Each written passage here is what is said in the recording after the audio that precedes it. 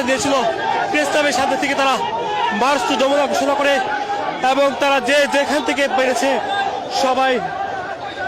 আমাদের দাবি একটাই, ভোলা বরিশাল সেতু চাই।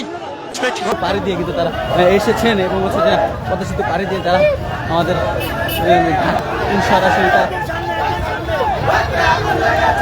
তারা সে দীর্ঘ ভোলার যে চরপেশন রয়েছে চরপেশন থেকে কিন্তু রং মার্চ টু ঢাকা থেকে কিন্তু তার পায়ে হেঁটে এবং পদ্মা সেতু ছাত্রে কিন্তু তারা কিন্তু পদ্মা সেতু পাড়ি দিয়ে তারা কিন্তু আজকে ঢাকায় এসে অবস্থান করেছেন এবং তাদের দাবি না মানলে কিন্তু তারা আবারও আন্দোলনের ডাক দিবেন এবং যে 3 দিনের আশ্বাস দিয়েছে সরকার থেকে এই 3 দিন কিন্তু ঢাকা শাহবাগে কিন্তু অবস্থান করবেন বলে তারা জানিয়েছেন। আপনারা দেখতে পাচ্ছেন সরাসরি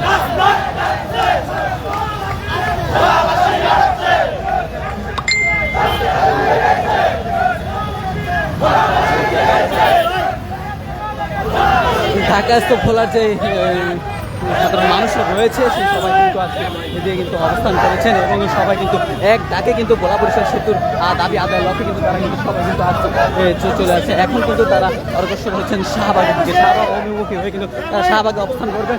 যারা ভোলা থেকে এসেছেন তারা সবাই শাহবাগে অবস্থান করবেন।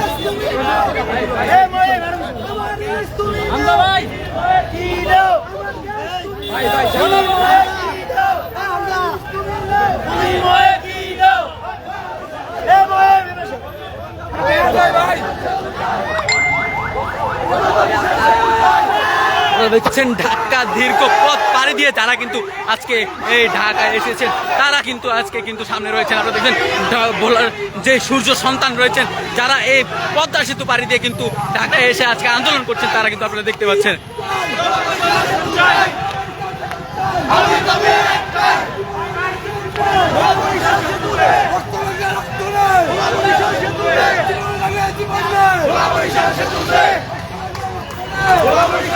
ভোলার জনগণের যে সূর্য সন্তান রয়েছে সেই সূর্য সন্তানরা কিন্তু সামনে রয়েছে। আপনারা দেখতে পাচ্ছেন সরাসরি তারা কিন্তু আজকে 3 দিন ধরে কিন্তু তারা শাহবাগে অবস্থান করবেন। এই দাবি আদায় করে কিন্তু তারা ভোলায় ফিরবেন বলে তারা বলছেন। আপনারা দেখতে পাচ্ছেন ভোলার জুলাই আন্দোলনের যোদ্ধারা রয়েছেন, জুলাই আন্দোলনের যোদ্ধারা সহ সাধারণ যে মানুষ রয়েছেন সবাই কিন্তু আজকে এই যমুনার অভিমুখে এসে কিন্তু অবস্থান নিয়েছেন। আপনারা দেখতে পাচ্ছেন এদিকে সাথে কিন্তু ঢাকায় অবস্থানরত যে আব্দুল মালিক রয়েছেন সেও কিন্তু পাটে যে পোশাক রয়েছে পাটের পোশাক পরে কিন্তু তার কিন্তু অবস্থান করেছে।